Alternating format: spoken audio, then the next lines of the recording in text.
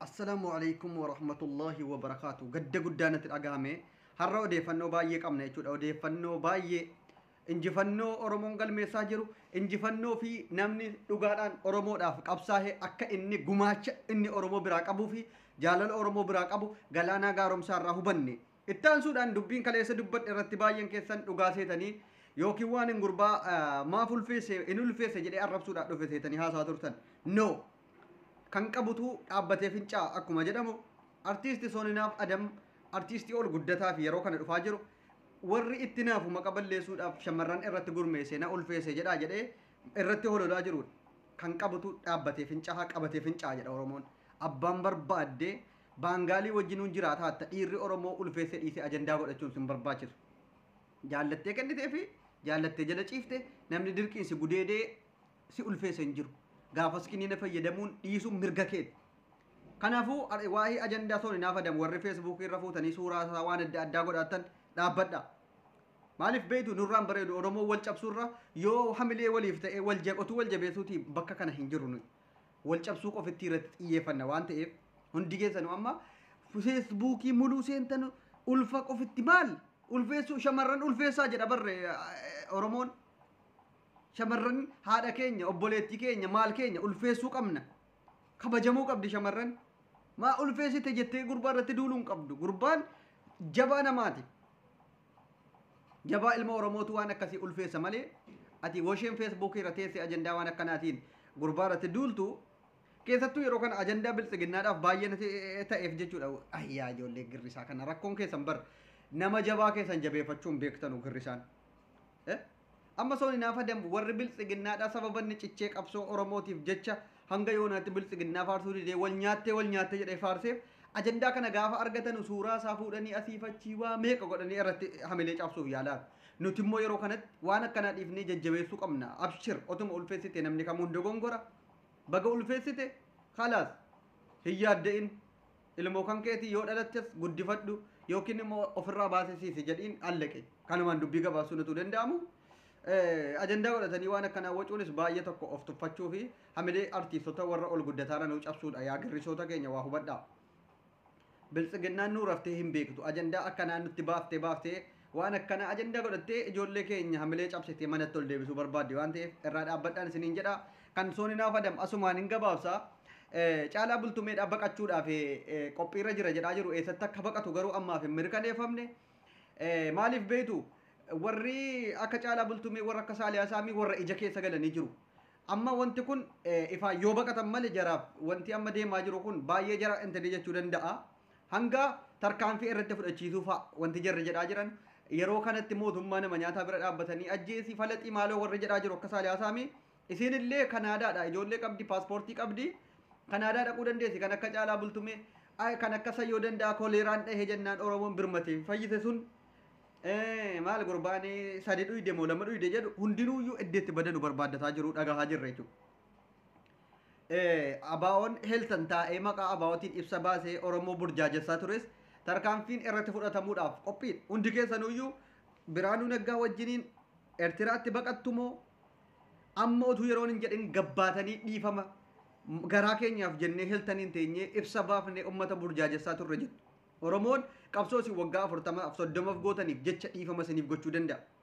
Kan na gaddisiisu garuu artiistota kan akka abbaa keenya jennu abbaa aartii jennee nuti waamnu kan akka Adam Haaruun warra na gaddisiise Faddiisheen fa'aa dheengadde gabbahee makkalaakiyaan Itoophiyaarra darbee addunyaa Afrikaadhaafuyyuu maal ta'e jedhee haasaa ture har'a gaafa jarrii daaraa botoroon fuute taatu eessa abbaa keessanitti baqachuuf.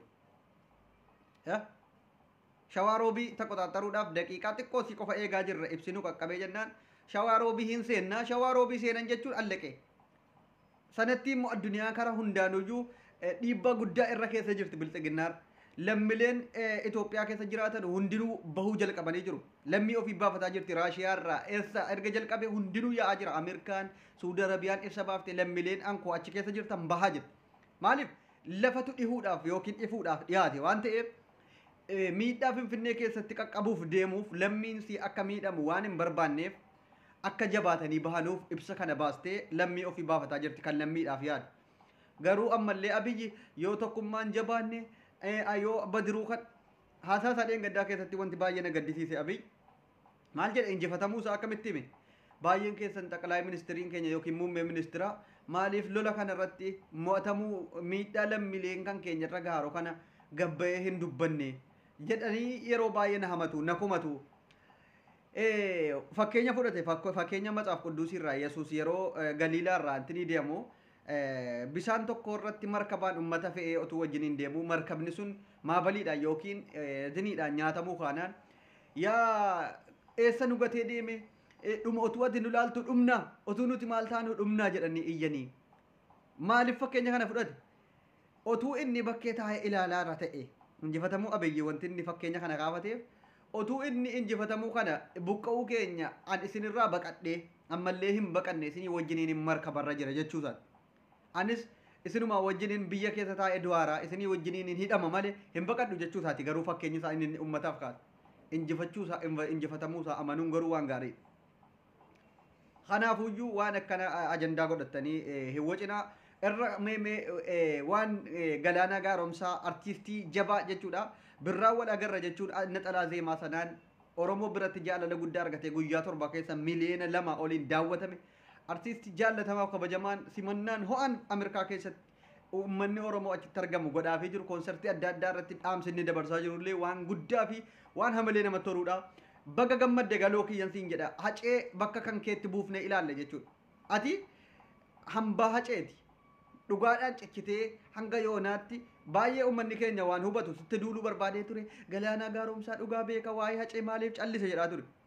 Namni waan keessa jiru beekaaf callise dhugaanis bolee bahaa jira. Haqni Hacaaluutis Hacaaluun amma amboo geessanii boota tokkotti dhoksanii awwaalan kan yeroo dhiyootti gaafa inni fidee Finfinneetti awwaalame shiidaan Minilik dhaabbatee Hacaaluun bakka sana dhaabbatu dhiyaatee jira jechuudha. Dhugaan Hacaaluudha kanaan mirkanaa'uu qaba. Minilik Finfinnee keessaa buqqa'ee Hacaaluun amboorraa ka'ee fidee Finfinnee keessatti awwaalamee shiidaan isaa bakka Minilik sana buufamuurraan bilisummaan Oromoo tokko jedhee jalqaba. Yoo dhugaadhaan gumaa Hacaaluu baasana ta'e keessi keenya hanga yoonaatti maraatummaadhaan jeeqamee jira. Sababa kanaaf yoo sammuun keenya boqonnaa argatu ta'e Hacaaluun siidaan Minilik achi buqqa'ee Hacaaluun bakka Minilik nuuf dhaabbachuudha. Kanaan bilisummaa tokko jennee jalqabne jechuudha. Gumaa Hacaaluu kanaan kafalamuu jalqaba. Ajandaan keenya baay'ee jira. Amboon Finfinneen dhibbaan dhibbatti harka waboo marfamuu si dubbatee jira. Adaanech Abeebee maal jettee daggala intiniidha bishaanii fi ummata sabaaf sablammootaa qofittiidhaan marfamtee jirti jettee Finfinneen laa waboon marsee jira. Injifannoo kana jabeeffadhaatii walirratti duuluu dhiisaatii injifannoo dhufaaru kana hayyoonni keenya mana hidhaatii baan istiraateejii akkamitti akka deemuu qabnu nuuf godhu yeroo dhiyootti baga gammaddan galatooma.